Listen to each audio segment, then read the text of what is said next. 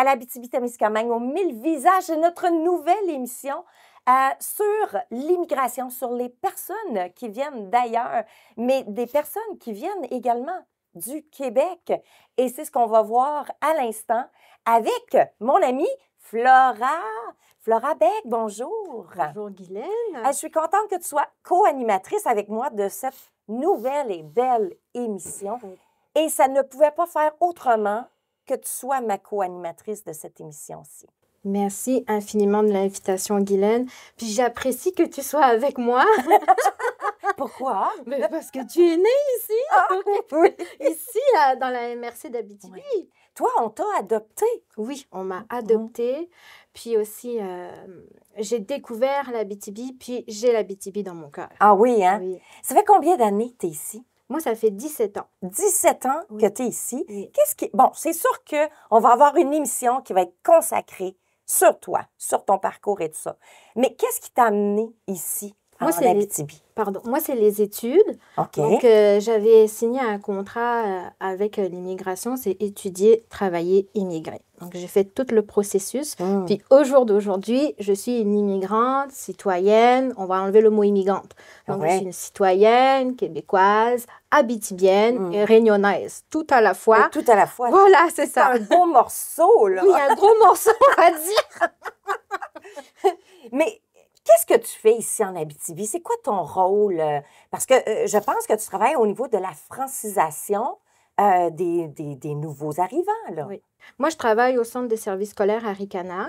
Puis, je m'occupe d'accueillir les élèves et les familles issues de l'immigration. Et je fais aussi un accompagnement vers la francisation des élèves allophones. On a une classe accueillante qui est sur Sainte-Thérèse. Puis, on accueille les élèves qui ne parlent pas français. Puis, on les accompagne, on leur donne du soutien en français. On a une enseignante, on a une conseillère pédagogique. Puis aussi, on a une éducatrice dans la classe. Les enfants restent connectés avec leur classe régulière. Donc, ce qui permet pour eux d'avoir aussi une immersion avec les gens locaux. Donc, ça les aide à développer un lien social avec nos élèves d'ici. C'est intéressant. Puis, tu vois pourquoi que je voulais que tu sois avec moi dans le salon, hein, parce qu'on est dans notre salon ici, où on va accueillir différentes personnes issues de différents pays. Ça va être coloré, ça va être magnifique. Puis en même temps, toi, tu vas aider ces gens-là aussi au niveau du français. On va avoir des jeux aussi à l'intérieur de l'émission. Et ça va être des jeux sur les langues. Peut-être que nous, on sera au défi aussi. Oui, c'est sûr qu'on va être au défi parce que vu que le nombre de personnes que tu as invitées, Guylaine...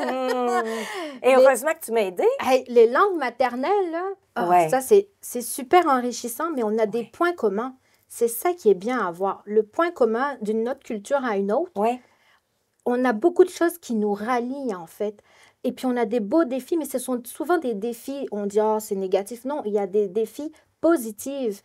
Plus on a une immigration positive, plus on va rester avec la communauté. Ça, c'est intéressant ce que tu apportes là. Puis, durant toute la saison de l'émission, écoutez, on a des gens extraordinaires qui vont venir sur le plateau. Ça va être amusant, mais ça va être très inspirant et je dirais même touchant. Alors, est-ce qu'on va voir notre première invitée? Ah oui, on va l'accueillir comme à la maison. Oui, exactement. Alors, bienvenue chez vous à l'Abitibi aux 1000 visages.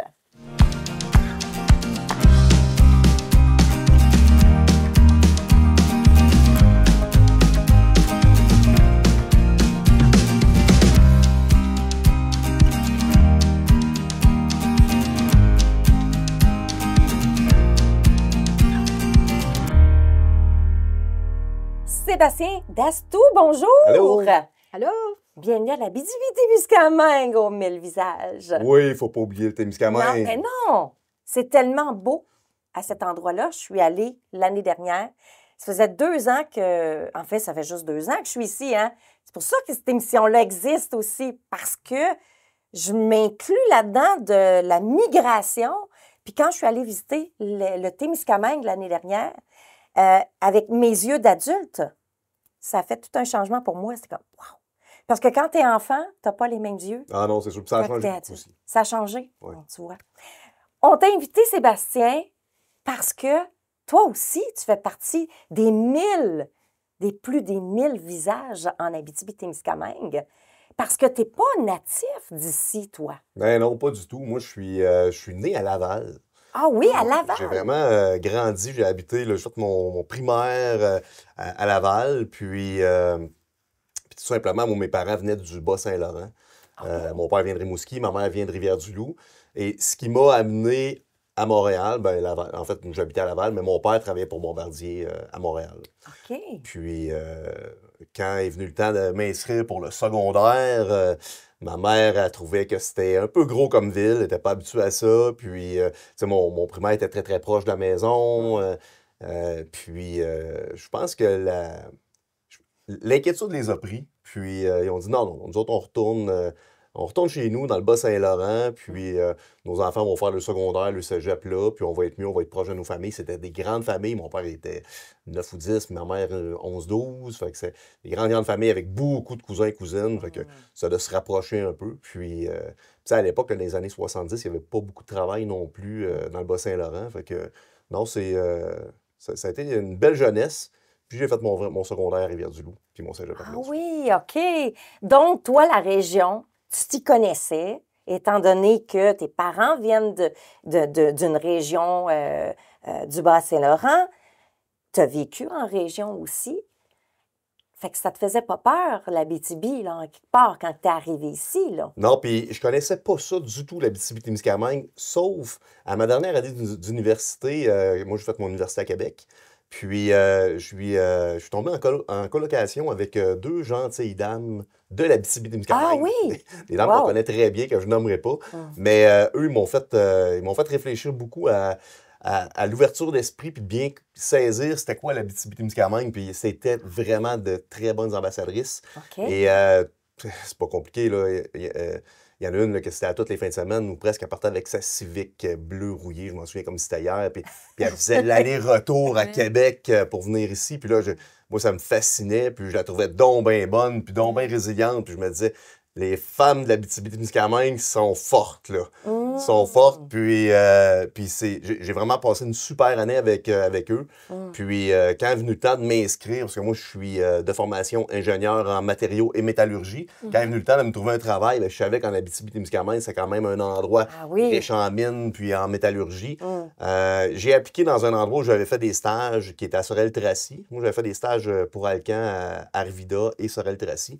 Puis finalement, quand la Fonderie Horn, parce que c'est la Fonderie Horn qui m'a attiré en Abitibi-Témiscamingue, j'ai décidé de m'en venir ici. Puis là, on s'entend là, que Rivière-du-Loup, Québec, Ah oui, ça fait loin, Oui, là. ça fait loin. Rouyn-Noranda, ça fait loin parce que Ah, moi, je wow. suis arrivé à Rouyn-Noranda.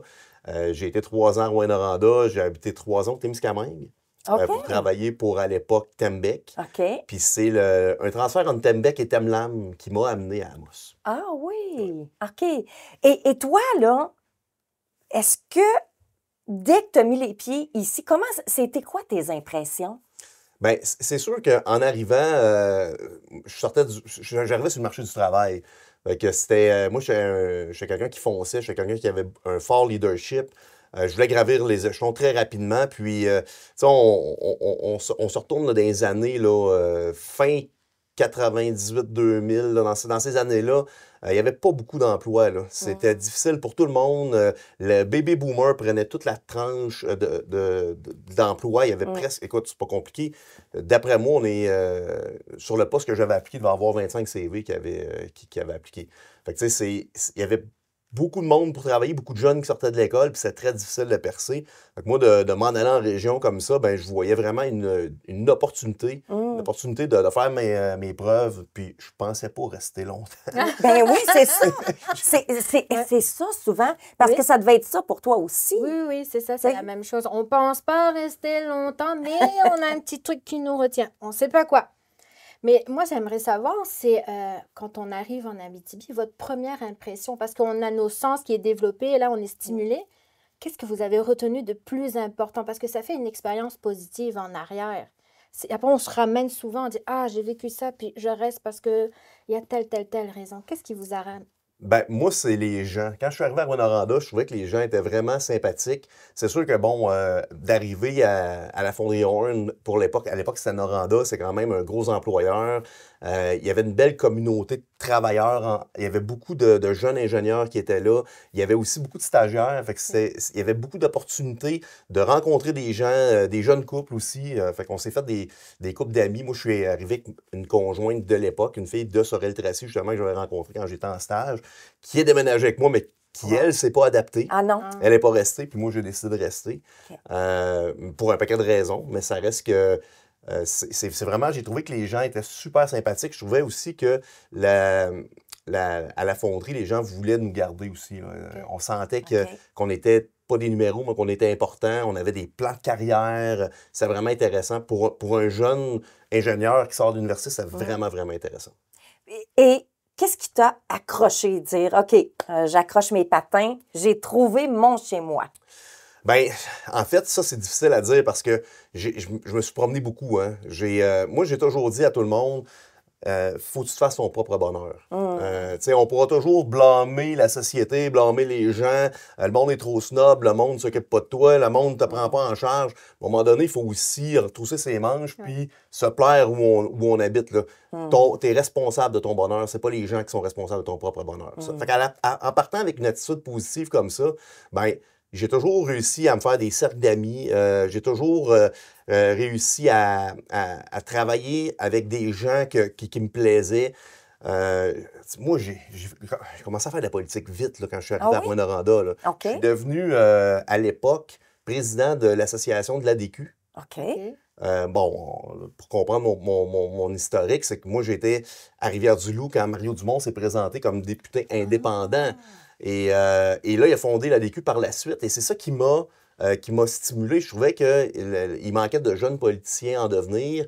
Puis je trouvais que ça prenait une alternative. À l'époque, on remonte, là, il y a 25 ans. Là, je trouvais que ça prenait une alternative là, entre les libéraux et le PQ à l'époque. Puis j'aimais beaucoup Mario Dumont. Alors, je suis devenu président de l'ADQ. En devenant président de l'ADQ, ça m'a aussi fait rayonner. Puis ça m'a aussi fait un réseau de contacts de gens intéressés à la politique, des gens qui voulaient comprendre, qui voulaient voir. Puis ça m'a fait serrer des mains, aller vers les gens. Puis j'étais tout jeune à cette époque-là. Puis en même temps, ça me permettait d'aller dans les congrès, d'aller rencontrer des gens comme Mario Dumont à Québec. Puis c'était sous mon bras, là. Je me déplaçais, puis je revenais avec... Je partais avec mon petit bâton de pèlerin, puis je revenais, puis je donnais l'information, puis je travaillais fort sur les programmes électoraux d'un nouveau parti, mais dans le but de bien intégrer les régions dans les politiques de ce parti-là. Alors, je trouvais ça vraiment intéressant. Mais ça m'a aidé aussi à rencontrer des gens puis à me faire une base solide d'amitié profonde qui m'a donné le goût de rester. T'as-tu vécu des défis au cours de ton parcours, de tes études, à venir ici ensuite, devenir une personne un petit peu plus influente? J'imagine qu'il y a eu des défis là, dans ce parcours-là. C'était pas le bonheur, oui, mais tu sais... Non, mais j'ai toujours aimé ça, me mettre dans des situations pas faciles. OK. À la base, là, moi, il ne faut pas que ce soit trop facile. Oui, des défis, j'en ai eu plein. Mais tu sais, pour les gens qui se rappellent, moi, j'ai subi la grève d'1 an à la Fonderie Horn. Pendant cette grève-là, j'étais nouvellement arrivé, ça faisait à peine 1 an, puis c'était un peu pour ça que ma conjointe de l'époque n'est pas restée. Si je me souviens bien, là, on a été 6 semaines à dormir sur le site. Là. Moi, je travaillais 7 jours sur 7, j'ai formé les cadres à opérer, j'ai travaillé sur une grosse table de discussion pour couper des postes syndiqués et cadres. Ça a été une super belle année professionnelle. Ça a été difficile après parce qu'on avait à subir un peu les modifications qu'on a faites au retour de la grève, mais ça a été... Professionnellement parlant, ça a été là, une étape de ma vie qui m'a fait évoluer, là, mais sans même pas de bon sens. Puis c'est ça qui m'a donné Je suis resté 1 an par après en devenant cadre un peu plus supérieur. J'avais vraiment des employés à gérer. J'étais un des plus jeunes superviseurs de cadre de la fonderie à ce jour. Puis ça m'a fait vraiment évoluer. Puis ça a été beaucoup d'adversité. Mais je suis quand même quoi dans la tête, là, je suis... Tu sais où est-ce que tu t'en vas. Un fonceur. Quand j'ai commencé à faire des téléphones, je savais que Tembec, en fait, l'usine de Temboyd cherchait quelqu'un un peu dans mon profil. Puis j'avais aussi d'autres amis qui migré de Rouyn-Noranda pour aller travailler à cette usine-là. Fait que j'ai suivi, là, moi aussi. Fait que l'adversité, j'en ai toujours eu. J'en ai eu en politique, j'en ai eu dans mon travail, j'en ai eu avec mes conjointes, j'en ai toujours eu. Mais j'ai toujours fait face à la musique, puis je me suis toujours adapté. Puis j'ai toujours essayé de voir ça de façon positive. Tu sais, là, moi, là, je suis pas quelqu'un qui a tendance à avoir tout le temps le négatif, puis à ressasser des petites patentes. Puis tu sais, regarde, OK, on a fait une erreur, on met ça de côté, puis on repart en neuf, puis on va faire rien que d'autres bons coups par après, là. Ben écoute, super inspirant. Nous, on va passer à une pause, puis après ça, on va aller parler de diversité et d'inclusion. Yeah! À tout de suite.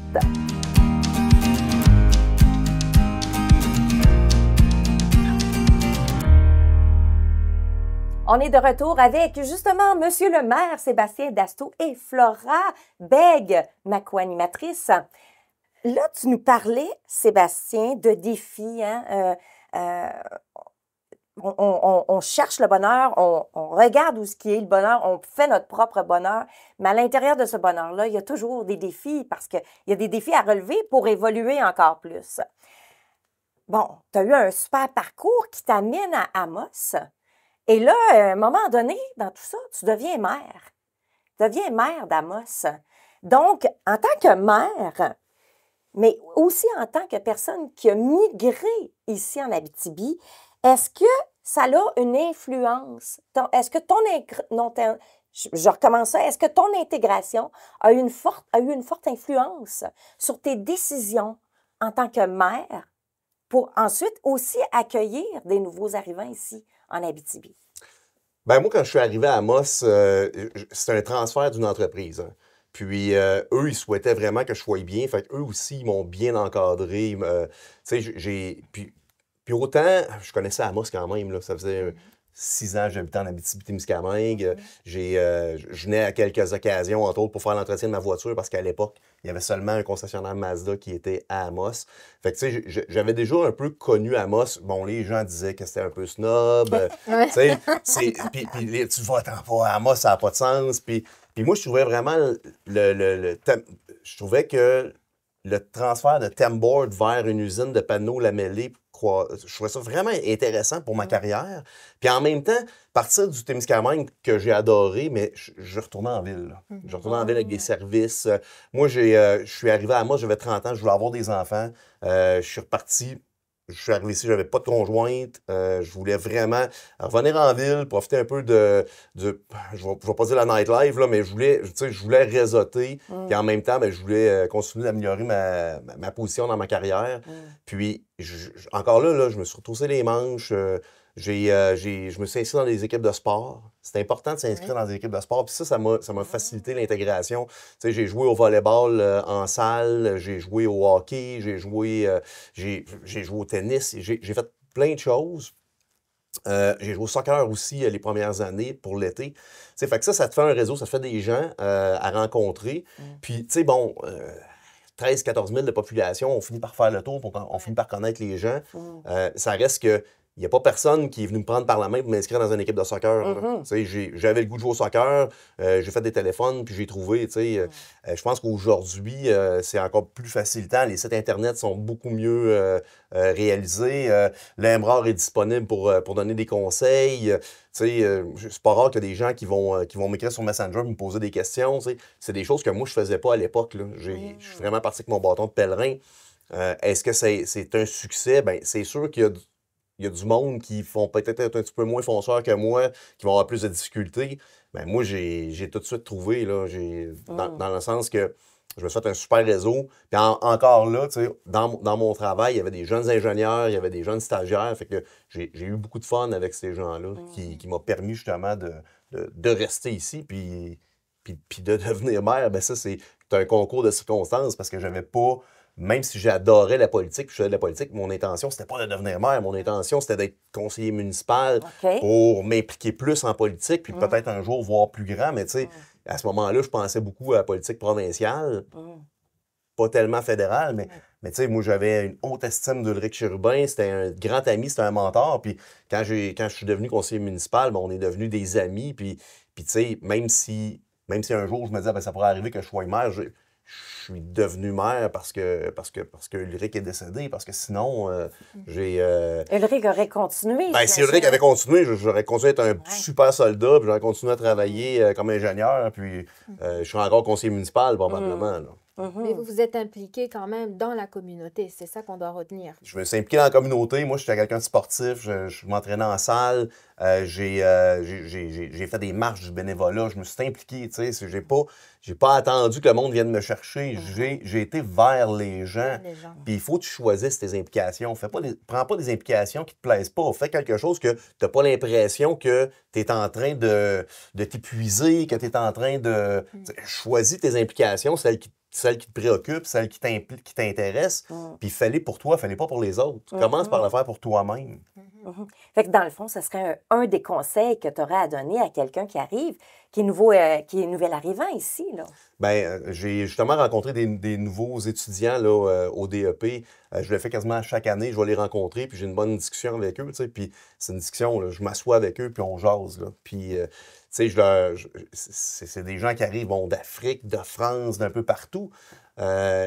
Puis le message que je porte, c'est on est au Québec, on a une politique qui est différente d'ailleurs sur la planète. Tu sais, gênez-vous pas, là.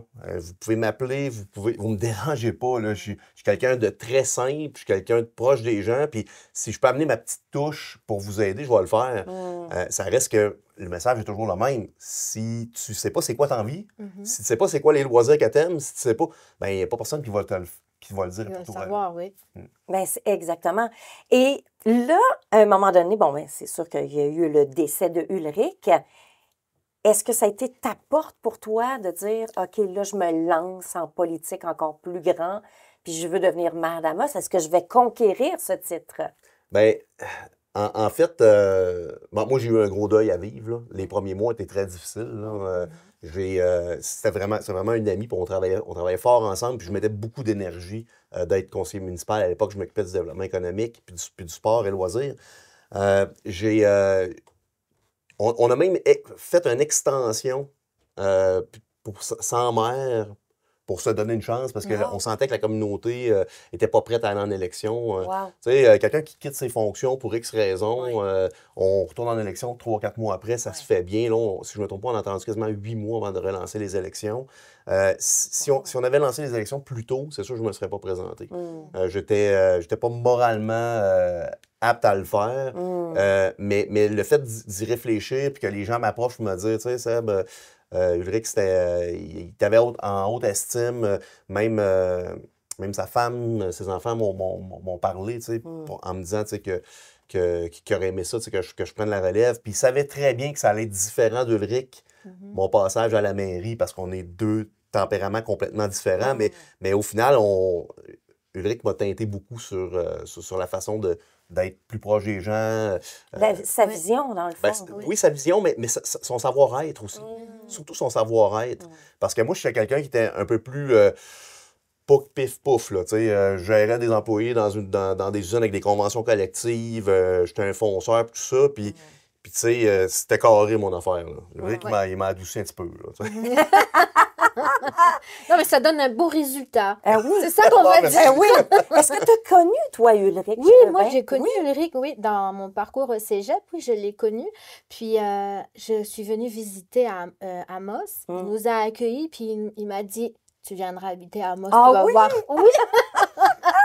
Oui, moi, je l'ai adoré, ce monsieur-là, vraiment. Puis, c'était un leader pour moi positif. Donc, il m'est resté dans la tête. Donc, ça fait que ça fait un événement positif pour moi. Donc, je l'ai intégré.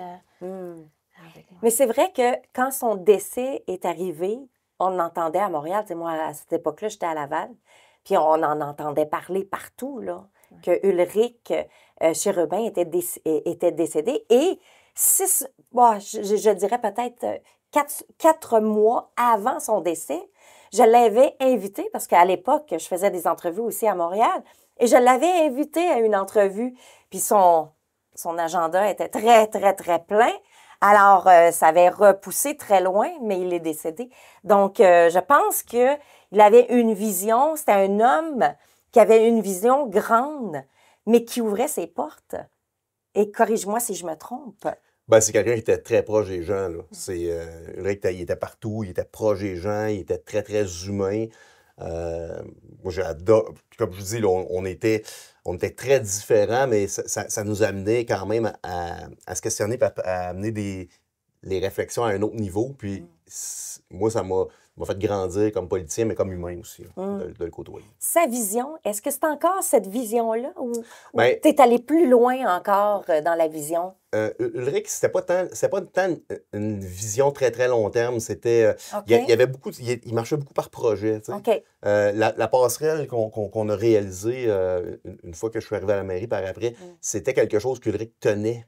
Ah oui? Puis il argumentait beaucoup. Puis pour lui, sa vision là-dedans, c'est vraiment de relier le savoir puis l'éducation, puis le côté de toute la santé qui est dans l'Ouest, là.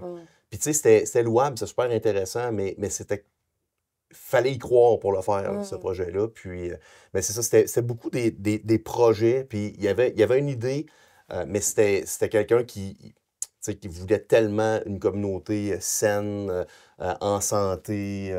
Puis ça, oui, on a les mêmes valeurs, la même vision aujourd'hui. Est-ce que l'ouverture sur l'immigration, est-ce que c'était dans ses propos ou c'était plus dans les tiennes? Ben, en fait, ça a toujours été, mais je te dirais que au Québec, l'ouverture sur l'immigration a changé beaucoup dans les dernières années, là. Si on retourne dans les années 90, là, je pense que les Québécois avaient plus peur, étaient moins intéressés à rencontrer des gens issus de l'immigration. Aujourd'hui, moi, en tout cas, surtout à moi, je sens pas ça, là. Je sens que les gens sont bien reçus. Je pense que moi, je vois des gens marcher dans la rue souriant. Je vais encore me promener à Montréal, puis le monde se parle pas, puis ils sont à manger comme ça, tu sais. Puis je me promène à Amos, puis oui, on a des grands trottoirs, puis les gens se promènent, puis je vois des gens que j'ai jamais croisés, là, puis ça fait quand même plus de 18 ans que j'habite à Amos, là. Puis là, je me dis, oh, tabarouette, cette personne-là est heureuse, là. Tu te promènes en ville, puis tu siffles, puis tu souris, là, avec des petits-enfants, puis tout ça, c'est de toute beauté, là. Je sens que les gens se sentent en sécurité, je sens que les gens sont bien. Bon, maintenant, comment est-ce qu'on peut leur donner le petit coup de main supplémentaire, tu sais, pour qu'ils se sentent encore mieux puis qu'ils se sentent chez eux? Ben, je pense que c'est ça qu'il faut réussir. Mais encore faut-il que les gens le souhaitent puis le veulent. Parce que, je le répète, on est responsable de notre propre bonheur. Il n'y a pas personne qui va le faire à votre place. Ben, c'est très intéressant. Nous, on va faire une courte pause et à la suite, ben, on va mettre le maire peut-être dans un risque de langue. À tout de suite.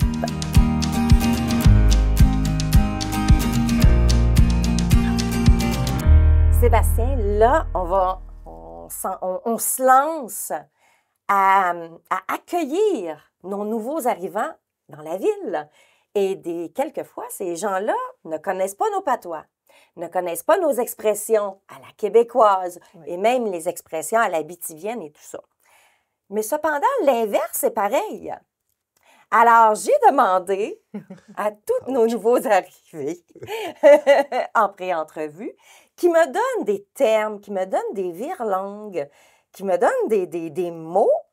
Et là, toi, tu vas les dire. Moi, je vais les dire. Ben oui, je te mets en danger. Okay. Comme un Survivor. Ouais. Tu sais, ton Survivor, tu te mets en danger. J'ai dit, Survivor, tu peux faire n'importe quoi. Oui, c'est vrai. je me suis dit, ça, monsieur le maire s'est mis en danger une fois, il va se mettre en danger pour notre émission. Bon. Hein? Alors, tu n'as qu'à piger, hein? On va brasser les petits papiers ici. Tu ne regardes pas et tu piges. D'accord. Ça, je devrais être capable de piger au moins. Alors, Puis là, je lis ça, là. donc, ouais, je ne sais pas qu'est-ce qui est là, mais ouais, attends, je vais le regarder avant. Ouais. OK. Vas-y, Guylaine. Ah oui, OK. Tu vas le lire, OK? Et ensuite, tu vas essayer d'écrire qu'est-ce que ça veut dire et à qui on pourrait dire ça.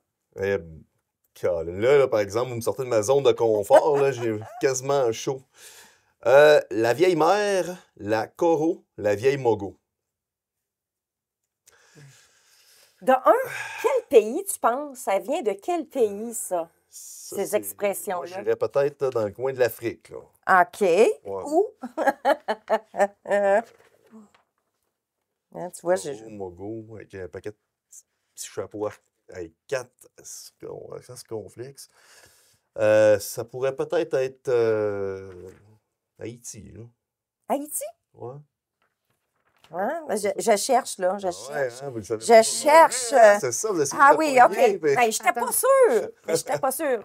Mais non, t'es pas Non, dans le même c'est coin. pas Mais c'est loin. parce que Haïti, c'est pas en Afrique. Non, mais là, je dis Afrique. Tu m'as dit de dire d'autres choses. Là. Tu m'as pas demandé de spécifier un pays d'Afrique, là. Ben, on va dire que c'est en Afrique. Ah, OK, c'est en Afrique. c'est en Ah, bon, toi, je l'avais. On peut peut-être demander à Flora Ouais. de quel endroit que tu penses? Moi, je en pense que Afrique? ça ressemble plus à soit au Burkina ou au Cameroun. Un des deux. OK. On est comme pas loin. Pas Moi, loin, j'aurais dit pas loin. Mauritanie. Non, là, t'es trop loin. Je suis trop loin. Ouais. C'est la Côte d'Ivoire. Ah, écoute, Ah, la Ouais, Côte d'Ivoire.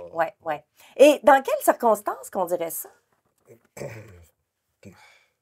En tout cas, une vieille mère. La Coro.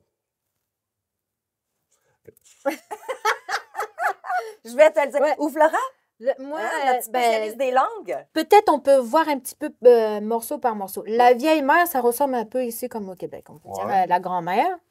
Hein? La grand-mère. OK. La Coro, là, j'ai pas d'idée. Et la vieille Mogo non plus, j'ai pas d'idée. Mais je sais que la vieille mère, ça ressemble à la grand-mère. Fait qu'on- OK. on parle c'est quelque chose de familial, mère grand, quelque chose comme ça. Ah, Mais ah. Mogo, Picoro. Ben, en fait, les trois mots ici, ce sont des synonymes. Hein? Ça veut dire la même chose. La vieille mère, la Coro et la vieille Mogo. Si une personne de la Côte d'Ivoire rencontre une femme d'un certain âge, de 50 ans et plus, il va dire par respect pour elle, la vieille mère. Il va l'interpeller comme ça, la vieille mère ou la Coro ou la Mogo. Alors, c'est par respect qu'ils vont dire ces mots. On était loin de le savoir, là. Hein? Une autre expérience encore. On y va. Un défi. Un C'est défi. plus long. Oh oui, là, ça, c'est un vire-langue. OK? Virlangue. Tu vas déterminer ça vient d'où, d'une part. Puis ensuite, il faut que tu le dises. On va voir si ta langue est bonne. Ben, c'est sûr que c'est de l'anglais, là. Uh-huh. Mais c'est un virlangue. Je sais pas en tout, là. Tu veux que je le lis, là? Ouais. Ouais, c'est ça. C'est parce qu'il y a bien des P là-dedans, là. Peter, Pepper, Picker, a pack of pickled peppers. Pas pire. Hein? Ben, oui, Mais, ouais, ça, c'est... ça vient de l'Angleterre. Alors, ils ont des virlangues. Tu sais, un virlangue, en anglais, on dit un tongue twister. OK? Ouais. Ça veut dire qu'il y a beaucoup de lettres. Tu sais, comme ici, l'archiduchesse, est-elle sèche ou archichesse? Alors, c'est difficile à prononcer parce qu'il y a beaucoup de S. Et ici, c'est beaucoup de P. Alors, tu vas leur dire encore, hein, tu as eu une chance. Je te Non, mais là, donne vous une faites exprès. deuxième. Vas-y. Peter, Pepper, picket, a pack of pickled peppers. Qu'est-ce que ça veut dire maintenant? Ben, c'est ça. En fait, c'est... C'est un monsieur qui s'appelle Peter, ça, je suis sûr. Puis il mange des pickles au poivre. hein, Mais c'est ça. Il a ramassé un paquet de j'imagine que c'est des piments forts. Hein? C'est ça, hein? uh-huh. Alors, c'est Peter Piper. Piper. C'est son nom de famille. Ah, hein? ok. Peter Piper picked a pack of pickled peppers. Fait que donc, ça, quand on dit ça vite, c'est pickled C'est ça. Hein? Fait que ça. C'est La langue, elle fait ça de même. C'est puis, ça. Alors, là, ça, ça vient là. ça veut rien dire. Mais là, j'ai chaud, là. Ah, ben, je suis contente qu'on t'a mis en danger. J'ai chaud, là. C'est l'Abitibi Survivor aux 1000 visages. Oh, t'en fais faire un dernier. OK. Un dernier. Un petit dernier? Ben oui. Ouais, un petit. Un petit. Un petit. Donc, celui-ci. Oh, Le Bramago. Hey, Mogo. Mogo comme tantôt. Oui, Mais là, Mogo, tantôt, c'était une grand-mère. il y a une grand-mère. Grand-mère, c'est quelque chose de positif. Fait que probablement que c'est encore Côte d'Ivoire. oui. Je Oui, note bravo. les chapeaux. Ouais, les accents c'est circonflexes, là. Bramogo, c'est peut-être Bramogo. Oui, bien sûr. Le Bramogo. Mais moi, je pense en rapport avec quelqu'un. Avec la OK. famille. Ouais. Oui. Quelqu'un dans la famille, là. OK. Flora, Moi, je pense que c'est comme le grand-père. le grand-père? Bras. Bras Non. ou le frère. Ben, moi, Ouais. je pense que c'est plus genre bro, là, genre ami, là. Ouais. L'ami de la famille. Bravo! Ah! Bravo! C'est ça! Ouais. Tu l'as eu! Ouais. Hey, on t'a mis au défi, tu l'as réussi. Tu es Ouais. un survivor. Je peux me permettre de... C'est similaire presque comme le québécois, hein? Ouais. Le langage, là, bras, bro. On utilise ça aussi, Ben non? oui. Big brother. Big. Hein? Bro. Bro. Hey, bro. Bro. Ici, c'est bro. Ouais. Et oui, ici, c'est le bramogo. Donc, c'est l'ami pour un ami gars. Un ami gars, c'est OK? ça. On aurait pu dire la bramogo pour une amie de fille. Alors, c'était des petits termes comme ça, très amusants, parce que me semble que, tu sais, quand que tu rouvres ton pays, tu rouvres tes portes, il faut aussi s'intéresser aux autres. Hein? Ouais. Puis, tu sais, c'est là où c'est important d'amener le côté de la sensibilisation chez les gens, tu sais, de se sensibiliser que, OK, ces gens-là, ils arrivent, tu sais, ces gens-là, désolé, ces personnes qui arrivent d'un autre pays, issues peut-être des fois d'une autre langue, puis on arrive ici en Abitibi, puis le langage, des fois, les gens, ils peuvent penser qu'on parle anglais, puis on ne parle pas pantoute anglais. Mm. On parle une autre langue. Est-ce que toi, ça, étant donné que tu avais l'accent peut-être de Rimouski ou du Bas-Saint-Laurent, tu as habité à Laval, qui a aussi un accent, comment est-ce que l'Abitibi, pour toi, l'accent, comment c'était? Ben, moi, je me suis promené beaucoup. J'ai habité pas mal toutes les régions du Québec. Puis, effectivement, tu sais, d'une région à l'autre, on a des accents qui sont différents. Puis, c'est quand même assez facile à s'adapter, là. Ça reste que ce que je trouve, c'est qu'on a plus des... c'est pas tant l'accent que des façons de dire les choses. Mm. Tu sais, à Laval, par rapport au Bas-Saint-Laurent, les poteaux, les poteaux, tu sais, moi, les gens rient parce que moi, je mange pas du crabe, je mange du crabe. Puis, Ouais.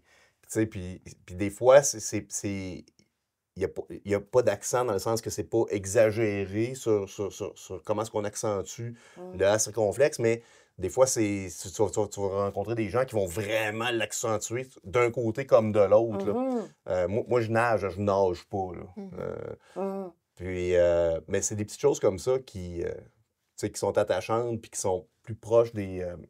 tu vas au Saguenay-Lac-Saint-Jean aussi, c'est différent. Mais je pense pas qu'en Abitibi-Témiscamingue, c'est une région qui est jeune, hein? Puis c'est une région qui a quand même beaucoup de monde qui viennent de partout. Je pense qu'on a un peu perdu notre accent, mais on a gardé quand même des expressions. Absolument.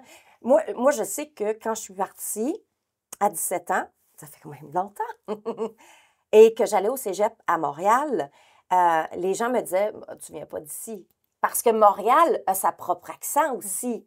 Tu sais, l'accent du plateau, tu as l'accent de différents secteurs de Montréal, dépendamment de quel pays il s'y retrouve aussi, tu sais. Puis il y a tout un mélange de langues. Mais cependant, en Abitibi, le mélange de langues n'était pas tant. Tu sais, c'est des gens qui venaient d'ici, tu es natif d'ici, tu vas mourir ici bien souvent. Alors, la langue, elle s'est pas mélangée avec d'autres types de langues. Mais là, on va commencer à en voir aussi, là. Ah ben ça, c'est sûr. On va commencer à voir. Toi, tu es arrivé ici, ta langue, c'était quoi? Parce que tu as plusieurs langues, là. Oui, moi, je parle créole. C'est un mix de toutes les langues déjà de base. Donc là, je parle créole, langue maternelle, et le français est utilisé dans les services publics. Donc déjà, ça me fait déjà 2. Plus les autres nationalités qu'il y a chez nous, parce qu'on est toutes mélangées. Donc, je maîtrise un petit peu l'arabe, un petit peu l'hindou, un petit peu de ça. Donc, ça fait déjà une grosse richesse. Je suis arrivée au Québec et c'est sûr qu'on a un choc. Ah, là, on ne comprend pas. On dit il y a de l'anglais, il y a du français, mais il y a du joual. Mhm. Mais moi, je suis allée chercher le joual, ça vient de où? Ah, ça Donc là, t'intéressait? Oui, ça m'intéressait, mais j'ai trouvé un point commun. J'ai dit, ah, ils ont le même roi qui a colonisé le Québec. Donc, il y a à peu près la même histoire similaire. Donc, moi, je dis, ah, c'est super, on a à peu près les mêmes racines. Donc, j'ai trouvé des points communs pour pouvoir travailler cette facilité à la langue. Donc, l'accent, avec les années, on s'entend plus parler, mais on le développe parce on côtoie des gens, mais moi, je trouve ça tellement beau que j'adore. Donc là, moi, c'est vrai, Tu l'entends aussi? j'adore assez facilement. Puis les gens me disent, ah, mais regarde, Flora, des fois que tu fluctues entre le français et le québécois, et puis des fois, je rajoute des mots en créole. Donc, ça fait un gros bagage riche, mais je pense que Sébastien, lui aussi, a développé ça, mais il ne le voit plus. Ça fait tellement d'années que vous êtes là, on ne le voit plus. Mais quand on sort, les gens nous font la remarque. Oui. C'est sûr que... mais c'est parce que ce qui est intéressant, c'est si on te prend toi, là, Flora. Oui. Tu parles, là, tu as un beau français, puis d'un coup, pouf, Ouais. elle rajoute le québécois joual à l'intérieur et tout ça. Ça crée une richesse. Et est-ce que c'est ce genre de richesse que tu recherches à avoir dans ta ville? Ben, tu sais, c'est sûr que c'est distinctif. C'est distinctif. Puis moi, je trouve ça le fun parce qu'on est capable de se parler puis de se comprendre. Quand moi, je suis arrivé à Amos, une des choses que je me suis rendu compte, c'est qu'il n'y avait pas beaucoup de monde qui parlait en anglais. Par rapport à Rwanda, Val-d'Or ou Laval que j'arrivais, puis même Québec, je trouvais que, tu sais, qu'on était pas très ouvert sur la langue anglaise. Puis là, de voir des gens comme Flora qui arrivent avec un bagage de langue, puis d'autres termes, puis tout ça, ben c'est sûr que je trouve ça intéressant. Comment ça va être quoi notre image dans 5 ans, dans 20 ans, je le sais pas. Mais une chose qui est certaine, c'est que je sens qu'il y a un virage qui se fait présentement. Les gens, quand ils viennent ici, de plus en plus, je pense que le pourcentage de gens qui restent pour y vivre et avoir des enfants, il augmente. Est-ce que c'est parfait? Non, on voudrait tous les garder. Mais ça reste que je pense que ça va faire partie de notre culture très locale pour les années à venir. Puis c'est sûr que c'est beau. C'est le fun. Ah oui. Alors là, on termine là-dessus. On va aller dans une pause. Et au retour de la pause, on va parler de sensibilisation.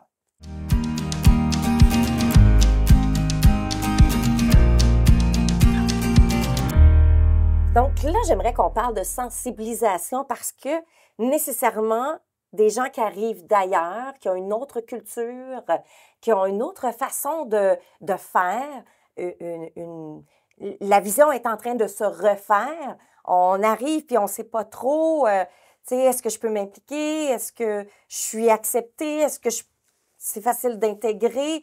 Ma langue, j'ai de la difficulté avec ma langue française. On m'aide, mais j'ai besoin peut-être d'un petit peu plus de temps pour m'adapter. Donc, c'est toutes des choses que personne issue de l'immigration ou un migrant va vivre en Abitibi. Donc, ça m'amène à dire comment est-ce que la diversité culturelle ici est acceptée? Ben, c'est un peu comme je disais tantôt. Moi, je pense qu'on a cheminé beaucoup dans les dernières années, puis je pense que c'est beaucoup plus accepté aujourd'hui que ça l'était. Il y a toujours et il y aura toujours du travail à faire, mais je pense que ça s'améliore, on s'en va sur la bonne voie.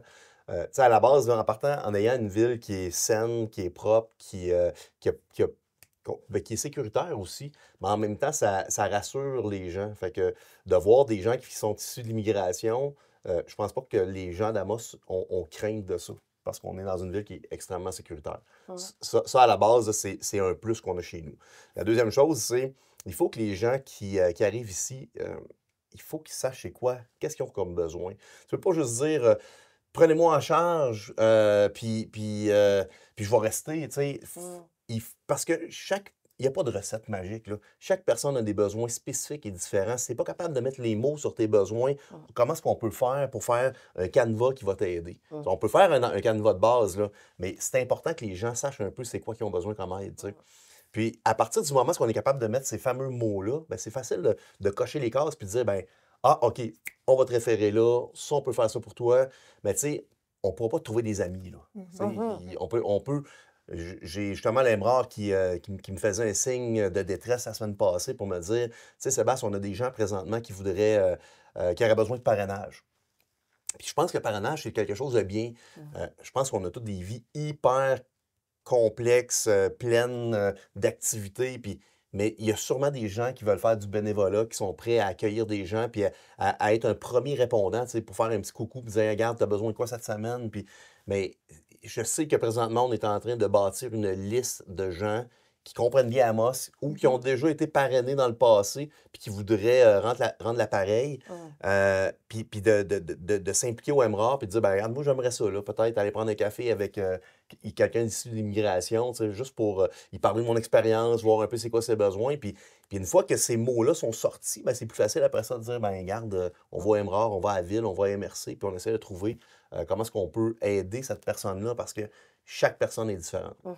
Mais c'est intéressant aussi le côté du parrainage que, bon, un Abitibien qui est natif d'ici ou qui est un migrant, tu sais, comme toi, moi, qui est ici, puis qu'on parraine parce que ça peut ouvrir la discussion.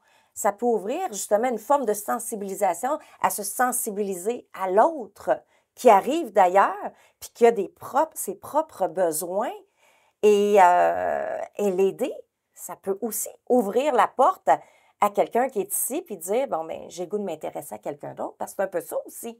C'est de s'intéresser aux autres aussi quand on veut accueillir les autres. Mais comme je mentionnais tantôt, cette implication-là, il faut que tu le fasses parce que tu as envie de le faire. Faut vraiment... Faut que tu as envie. Quand on embarque dans des implications bénévoles, il faut que ce soit des choses qu'on veut faire. C'est des choses qui vont te permettre d'évoluer, qui vont te permettre de cheminer. Puis je suis certain qu'il y en a des gens qui ont le goût, qui auraient l'intention de faire ça. Tu sais. Il y a sûrement des gens qui sont à Amos présentement qui, pour peu importe la raison, qui cherchent soit de la compagnie ou qui cherchent à mettre l'épaule à la roue. Ben, si ces gens-là qui aimeraient être jumelés avec quelqu'un issu de l'immigration, ben, pourraient appeler au MRAR, puis ils vont être dans la liste. Puis ça peut être un succès avec quelqu'un, puis être un peu moins intéressant, le match avec quelqu'un d'autre. Ouais. Mais moi, je pense que ça peut être quelque chose qui soit vraiment pertinent et intéressant pour les deux personnes. Alors, je lance l'invitation. S'il y a des gens qui ont un intérêt, ben, c'est d'appeler au MRAR ou même de parler avec moi directement sur Messenger, puis je vais les référer. Mais en même temps, il n'y a pas de recette magique. On peut avoir l'espèce de petit canevas qui va être un peu générique, mais après ça, il faut comprendre les besoins des gens, puis ils sont tous différents. Absolument. Toi, ce côté-là, qu'est-ce que tu as à dire sur la sensibilisation? Parce que tu travailles dans le domaine, tu accueilles. Moi, j'accueille les familles, mais surtout les élèves. Donc, c'est sûr qu'avec les plus petits, c'est à peu près... quand ils arrivent, c'est pas volontaire. C'est un choix imposé. Moi, je les fais aimer le système scolaire québécois. Donc, quand je les accueille, je les réfère souvent avec des amis de la classe. On les perd avec les locaux aussi. Mais l'important pour eux, c'est de se sentir accueillis et pas rejetés. Ils veulent savoir si on va les aimer tels qu'ils sont. Et puis, j'introduis toujours avec leur propre langue. Donc, j'ai un petit début dans chaque langue là, pour accueillir l'élève. Je vais vers. Puis par la suite, ils voient que, elle a fait l'effort de parler ma langue. Parce que des fois, c'est difficile, en ukrainien. Des fois, je trouve ça rochant. Mais par la suite, l'élève, il s'intègre avec les autres, il s'adapte. Puis je les laisse aussi découvrir montrer leur propre culture aux autres élèves. Puis on a un échange. Donc, plus il y a d'échanges positifs, plus ils ont envie de revenir le lendemain. OK, Madame Flora est là ou Madame Lafrance est là. Qu'est-ce qu'on va faire de super dans la classe? Il y a toujours des petits éléments positifs. Plus ils vivent des événements positifs, plus ils veulent rester dans la communauté, plus ils ont envie de rester s'impliquer. Parce qu'à la fin, là, on finit tous citoyens. On finit tous Abitibiens, on finit tous Québécois. Donc, on les embarque dans le bateau tranquillement. Des fois, il y a des gens qui rament un petit peu plus. On dit non, t'inquiète pas, ça fait partie. On va t'aider à enlever l'eau de ton bateau pour que tu embarques dans le paquebot. Moi, c'est ça ma manière de travailler avec les enfants, mais aussi avec les familles. Je leur dis, c'est la meilleure expérience de votre vie. Si vous êtes là aujourd'hui, c'est que vous avez fait le bon choix. Amos, c'est vraiment une ville enrichissante, mais il faut aller vers les gens. Ce que j'en ai retenu des personnes nouvellement arrivés, quand je les ai passés en pré-entrevue, c'est qu'ils me disaient que Amos était l'endroit sécuritaire pour eux. Parce que la plupart recherchaient un endroit sécuritaire. Et Amos, pour eux, c'est la place pour la famille, pour élever leurs enfants. Un autre aspect qui est revenu, c'est la facilité. La facilité d'avoir l'abondance qu'il y a. Parce qu'on s'entend qu'il y a des pays qui viennent et que pour l'eau, là, c'est pas abondant, là, c'est la sécheresse. Et quand ils arrivent ici, en Abitibi, il y a des lacs partout. C'est extraordinaire. Et en plus, on fait nos besoins dans un escaire, dans l'eau qui vient de l'escaire. Tu sais, fait que pour eux, là, ce qu'ils me disaient, c'est qu'il y avait quasiment peur d'aller aux toilettes et d'utiliser cette eau qui, non, faut la rationaliser, là. Alors, tu sais, c'est un peu ça. Ils arrivent avec des mœurs aussi, tu sais, des traumatismes également d'un pays qui est moins riche. Et que tu arrives dans l'abondance, comme ici en Abitibi, dans les richesses naturelles. C'est vraiment extraordinaire pour eux autres. Qu'est-ce que tu dirais à quelqu'un qui a habité ici toute sa vie, là, puis qui voit les nouvelles couleurs, les nouvelles tendances culturelles qui arrivent à Amos, qui peut peut-être faire peur à certains individus?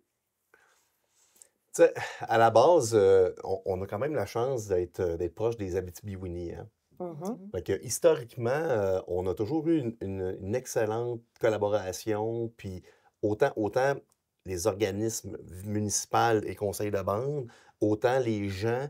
Tu sais, il y a vraiment une belle mixité qui s'est faite au fil des années. Fait que ça, en partant, ça a donné un coup de pouce, justement, pour être plus inclusif. Puis eux aussi ont vu l'évolution dans les dernières années là, au niveau de l'intégration. Puis pourtant, ils sont tout proches. Là. Puis ils étaient là avant nous autres. Là. Qu'est-ce que je dirais aux gens? C'est sûr que il faut faire de la sensibilisation. Ça, il va falloir toujours le faire. Là. Puis il ne faut pas s'attendre qu'on va renverser la machine du jour au lendemain. C'est à petits pas.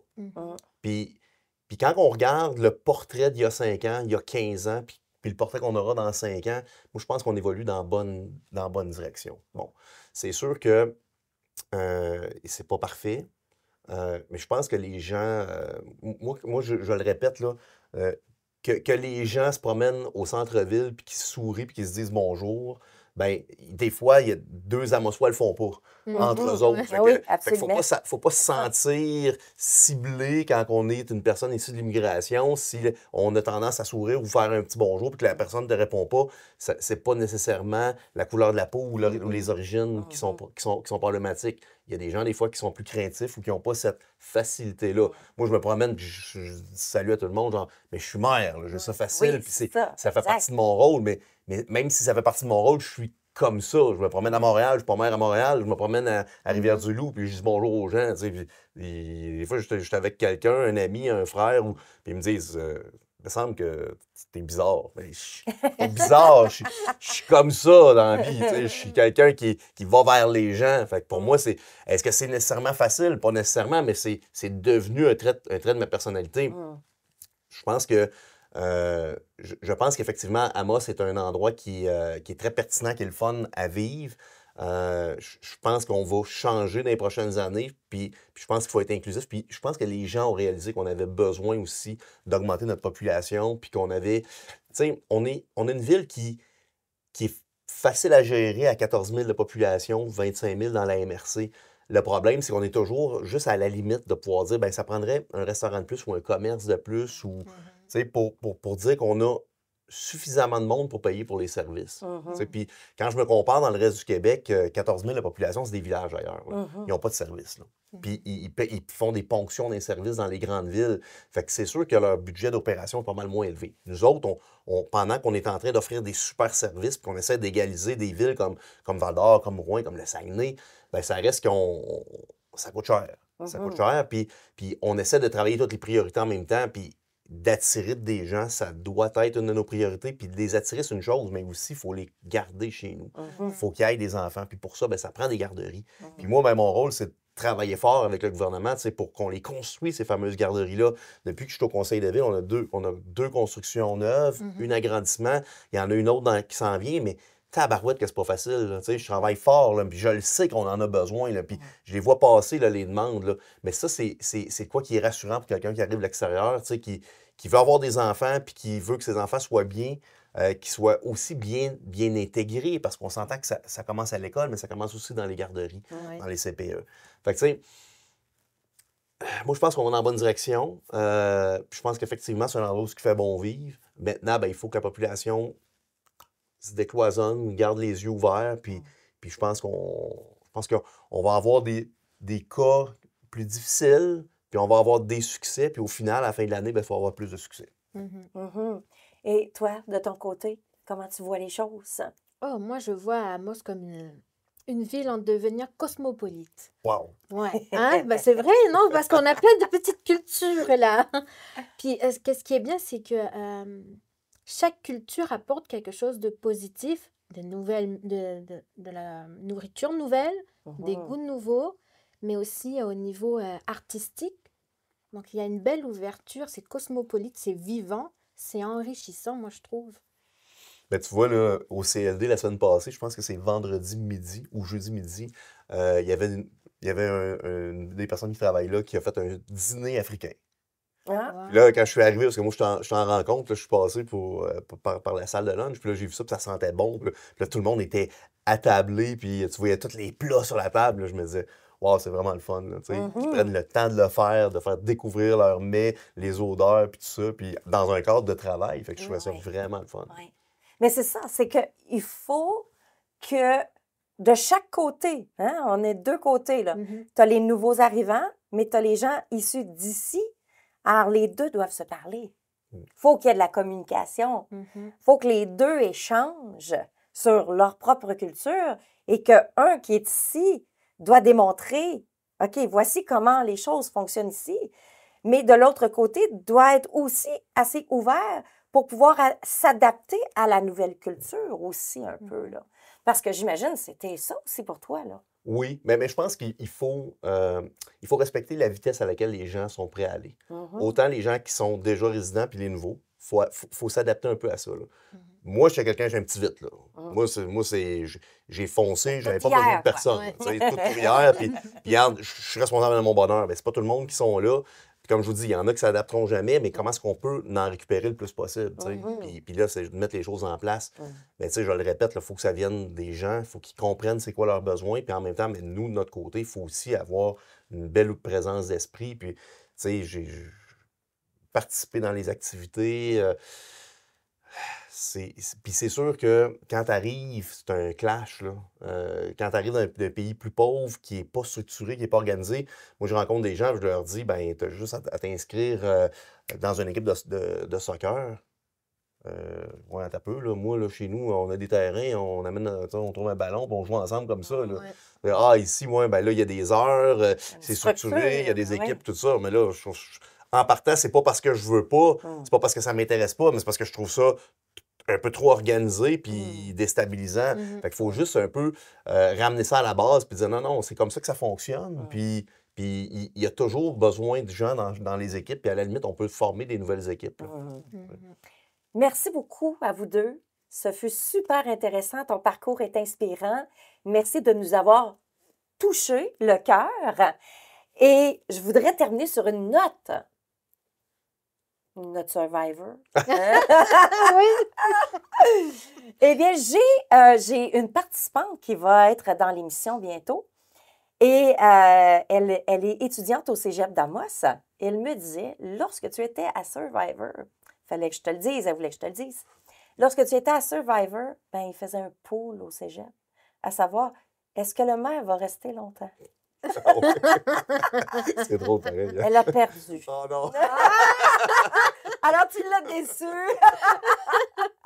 Mais il a survécu! J'ai quand même fait 35 jours sur 42. Là. Sur une île, en plus, sur une île. Oui. l'humidité est différente du Québec. Le climat, la jungle, les bébites, la faune, la flore, tout. Mais ça reste que, même si j'étais un joueur un peu plus passif, parce que je suis quelqu'un qui est très leader, je voulais faire attention, j'ai quand même fait 35 jours. Ah oui, quand même. Bravo. Bravo. Oui. Alors, merci à vous deux. Ça fait un plaisir. On a cassé la glace de cette nouvelle émission. L'Abitibi-Témiscamingue. Je regarde le maire, parce que... un petit running gag ici. Alors, l'Abitibi-Témiscamingue aux 1000 visages, parce que c'est ce qu'on voit, c'est ce que vous découvrez et c'est ce que vous allez découvrir dans cette émission-ci à chaque semaine, dans les prochaines semaines. Il y aura plein de couleurs, plein de cultures à mettre sur la table ici et où ça va être vraiment intéressant, touchant, inspirant. Tout ça pour vous à l'Abitibi-Témiscamingue aux 1000 visages. Alors, sur ce, nous, on vous laisse. La semaine prochaine, on rencontre une nouvelle personne pour démarrer le tout dans la couleur. Ciao tout le monde!